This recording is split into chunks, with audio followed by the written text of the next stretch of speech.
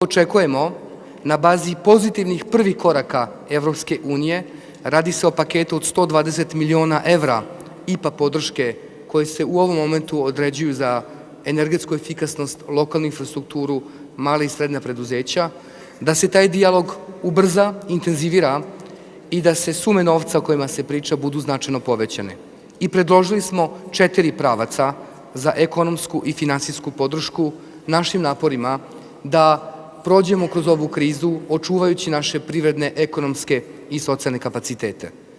Prvo, da sa Evropskom unijom i Evropskom centralnom bankom iznađemo način da likvidnost i podrška banaka iz Evropske unije koje su prisutne u regionu budu očuvana. Drugo, da zajedno radimo na pitanjima energetske bezbednosti i efikasnosti u našem regionu. Sve u cilju onoga što je sama Evropska unija odlučila posle ove gasne krize koja se održala.